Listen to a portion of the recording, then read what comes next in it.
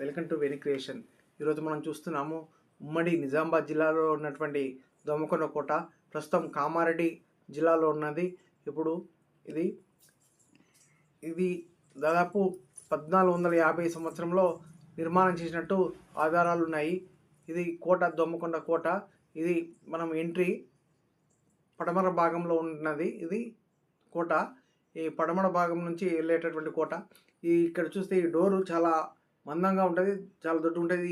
మొత్తం ఇనుప మూలలతో, ఎందుకంటే ఈ మూలలు ఏనుగులతో గిట్ట దర్వాజాలు నూకనికి కోటని స్వాధీనం చేసుకోవడానికి ఇతర రాజులు ప్రవేశించినప్పుడు ఈ మూలలు ఆ ఏనుగులు కానీ గుర్రాలకు కానీ ముఖాలకు కుచ్చుకపోయి రాకుండా ఉండడానికి, లోపలికి రాకుండా ఉండడానికి ఈ విధంగా తయారు చేశారు. మొత్తం రాతి కట్టడము అప్పుడు ఆ నిర్మాణం చేశారు. చాలా సంవత్సరాల క్రితం, దాదాపు 1450 సంవత్సరంలో ఈ నిర్మాణం చేసినట్టు ఆధారాలు ఉన్నాయి. ఇక్కడికి పర్యాటకులు చాలామంది వస్తుంటారు.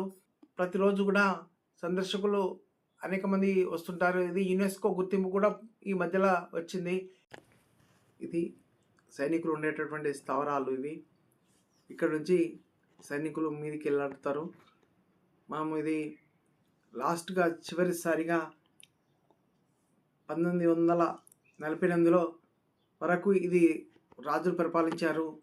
చివరి రాజు అయినటువంటి రాజా సోమేశ్వరరావు గారు ఈ కోటను పరిపాలించిండు. ఆ తర్వాత తెలంగాణలో ఉన్నటువంటి ఇది భారతదేశంలో విలీనమైంది ఈ కోట.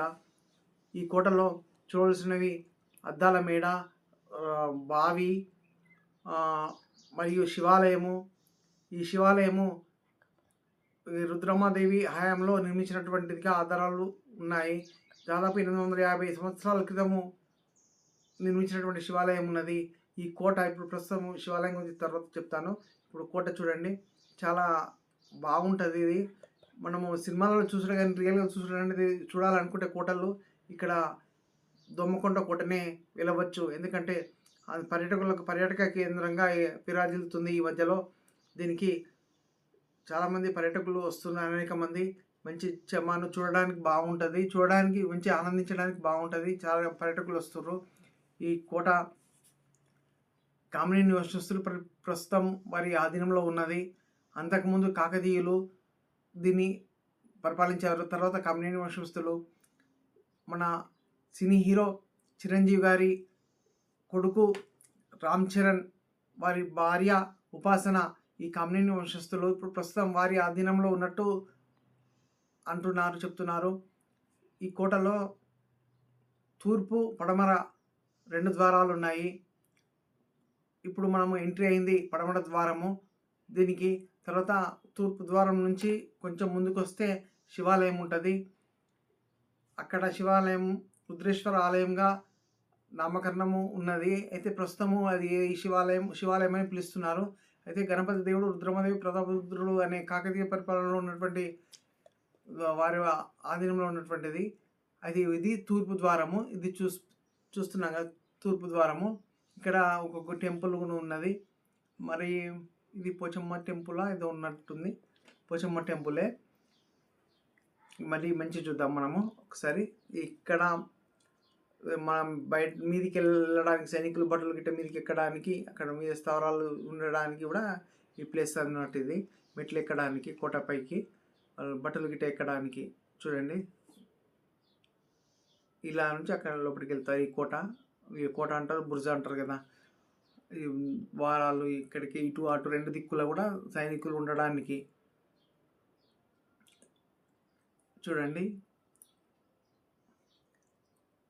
మొత్తం రాతి కట్టడాలు ఎంత దొడ్డుగున్నాయి చూడు. డోర్సు చాలా మందంగా ఉంటుంది. దాదాపు 6 ఫీట్ దాకా ఉంటుంది ఈ బేడము. డోర్స్ పెట్టినాక అప్పుడు బెడలు పెడితే ఎంత కూడా ఏనుగులు వచ్చి దూకినా కానీ ఇంత కూడా గ్యాప్ రాకుండా ఆ విధంగా పెట్టారు. ఇక్కడ కూడా మంచి డిజైన్తో కూడినటువంటి బోలోట్లు బిగించడం జరిగింది. ఈ తూర్పు ప్లేసు మొత్తం కోట చుట్టూ కందకం ఉంటుంది. ఎందుకంటే ఈ కందకంలో ఎప్పటికీ అప్పుడు ఆ కాలంలో ఎప్పటికీ వాటర్ ఉంటాయి, మొసలు గిట్టు ఉంటాయి. ఇతర రాజులు ఈ కోటని స్వాధీనం చేసుకోవడానికి వచ్చినప్పుడు ఈ ముందు వాటర్లో మొసళ్ళు అవి ఉంటాయి, అవన్నీ దాటుకుంటూ రావడానికి ఈ కందకం తీసి పెట్టారు. కోట దిక్కు ఈ విధంగా ఉంటుంది. ఇప్పుడు ఇది తూర్పు ద్వారము. ద్వారం నుంచి మనం ఇప్పుడు చూస్తున్నాము. ఇక్కడికి వెళ్ళొచ్చు. తూర్పు పడమర ద్వారంకి ఎక్కువ శాతం అయితే పడమర ద్వారం నుంచే ప్రయాణం చేస్తే ఇప్పుడు ఇది బస్ స్టాండ్కు దగ్గరలో ఉంటుంది. బస్ స్టాండ్ నుంచి మనము ఒక 200 మీటర్ల దూరంలో ఉంటుంది ఇంచుమించు ఈ ద్వారము. చూడండి, మంచి డిజైన్లో ఉన్నది. ఆ కాలంలో చేసినటువంటి ద్వారం, ఇప్పటిది కాదు. అయితే ఎంత బందోబస్తుగా చేశారు. ఎందుకంటే ఎటువంటి ఏనుగులు అవి నూకినా కానీ చెక్కు చెదరకుండా ఉండాలి. ఇతర రాజులు కోటపైకి వచ్చినా కానీ చెక్కు చెదరకుండా ఉండడానికి అంత బందోబస్తుగా చేసినటువంటిదే. ఇప్పుడు ఈ ఆలయం చూద్దాము. ఇక్కడ మనకు పోచమ్మ ఆలయం, ఇక్కడ వేప చెట్టు ఉంది. వేప చెట్టు కింద పోచమ్మ ఆలయం. చూడండి, అమ్మవారు ఇక్కడ నుంచి చూడండి మంచిగా పోచమ్మ ఆలయం. తర్వాత నుంచి ఇప్పుడు రుద్రేశ్వర ఆలయము, ఇది శివాలయము. ఇప్పుడు ఇక్కడ శివాలయం అని పిలుస్తారు. చాలా అద్భుతంగా ఉంటుంది. కాకతీయులు నిర్మించినటువంటి కట్టడాలలో ఇది ఒకటి. ఇది కట్టడం చూస్తేనే మనకు కాకతీయులు నిర్మించినటువంటి కట్టడం అని తెలుస్తుంది. కాకతీయుల పరిపాలనకు నిదర్శనంగా ఇది ఉంటుంది. ఇంచుమించు ఇది రామప్ప దేవాలయం లాగా ఉంటుంది. వరంగల్లో మనం చూసినటువంటి రామప్ప దేవాలయం. ఎందుకంటే ఇది కాకతీయ రాజుల పరిపాలన జరిగినటువంటి కాబట్టి వాళ్ళ కాకతీయ కట్టడాలకు వాళ్ళకు గుర్తింపులాగా కొన్ని ఆలయాలు నిర్మించుకున్నారు. అందులో ఈ భాగమే ఈ దోమకొండ కోటలోని ఆలయము. ఈ ఆలయము దాదాపు 750-800 సంవత్సరాల క్రితం నిర్మించినటువంటి ఆధారాలుగా ఉన్నాయి. శాస్త్రవేత్తలు, పురాణవస్తు శాస్త్రవేత్తలు గుర్తించారు. లోపలికి ఎంట్రీ అవుతున్నాము. ఈ ఆలయం రుద్రేశ్వర స్వామి ఆలయం. ఆలయంలో మనకు ఎదురుగా నంది ముందట దేవాలయము, ఎలా శివాలయము. ఈ గుడి వాళ్ళ యొక్క వాస్తు శిల్పికి నిదర్శనంగా వాళ్ళ యంత్ర ప్రతిష్టకు మీదుగా పెట్టినటువంటి గుడి ఇప్పుడు చూస్తున్నట్టయితే మనం పోయే టయానికి పూజారి లేడు అక్కడ. ప్రస్తుతం గుడి ఈ విధంగా ఉన్నాయి కట్టడాలు, అప్పటి కట్టడాలు. ఇప్పుడు ఆలయం చూస్తున్నాం. ముందుగా ఈ ఆలయంలో గణపతి దేవుడు కూడా కనబడతాడు మనకు. ఫస్ట్ మనం దర్శించుకొని ఏ దేవాలయం పోయినా గణపతి దేవుడిని చూస్తాం కదా. ఫస్ట్ గణపతి దేవుడిని దర్శించుకున్న తర్వాతనే శివాలయం కదా. శివుని పుత్రుడే గణపతి, ఆది దేవుడు మనకు గణపతి. ఇప్పుడు ఈ శివాలయంలో కూడా గణపతి ఉన్నాడు. తర్వాత ఇప్పుడు శివుడు, మనం చూస్తున్నటువంటి శివుడు రుద్రేశ్వర ఆలయంలో ఉన్నటువంటి శివుడు. ఈ దోమకొండ కోటలో ఉన్న శివాలయం ఇది. చూడండి, మంచి శివుని చూస్తే ఇది శివాలయం దోమకొండలో. ఎందుకంటే మనము పూజారి లేని టైంలో వెళ్ళాము. అది జాలి దర్వాజల నుంచి మనం వీడియో తీయడం జరిగింది. ఇప్పుడు కోట దగ్గరికి వెళ్దాము. ఇక్కడ రాజులు ఉన్నటువంటి భవనాలు, వాళ్ళ యొక్క భవనాలు ఇక్కడ ముందున్నాయి.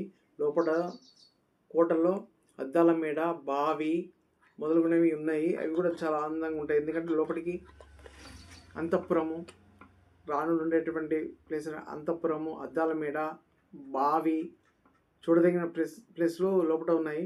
మనకు లోపలికి ఎంట్రీ లేదు. కాకపోతే మరో వీడియోలో చూద్దాము, ప్రయత్నం చేద్దాం, అడుగుదాము. ఈ కోట ముందు భాగము, ఇక్కడికి ఈ కోట ఎంట్రీ కావడానికి ఈ కోట ముందు డోర్సు. ఈ కోట ఇది దాదాపు ఈ కోట మొత్తము 25-35 ఎకరాల మధ్యలో ఉంటుందంట. ఈ కోట చాలా బాగుంటుంది. మీరు ఖచ్చితంగా ఇక్కడ కామారెడ్డికి వెళ్ళినట్టయితే ఈ దోమకొండ కోటని చూడండి. మా Venu creation YouTube channel subscribe చేసుకోండి. Thank you.